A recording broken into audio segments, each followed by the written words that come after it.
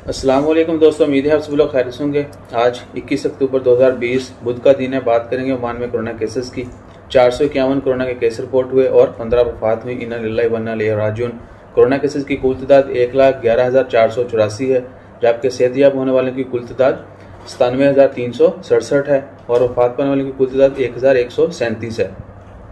इसके अलावा पिछले 24 घंटों में 47 मरीजों को हॉस्पिटल में एडमिट किया गया और हॉस्पिटल में एडमिट मरीजों की तादाद अब जो है 480 हो चुकी है, जबकि कल जो है 500 से ज़्यादा थी।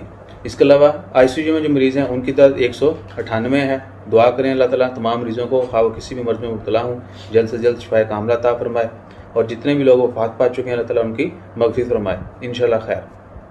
Now in English, dear all, today on 21 October, Oman report 451 COVID-19 cases and 15 deaths.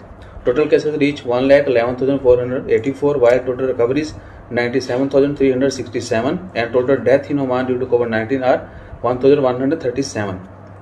47 patients admitted to hospital in last 24 hours and 480 patients are still in 480 are the total patients in hospital, while 198 patients are still in ICU. Please pray for everyone.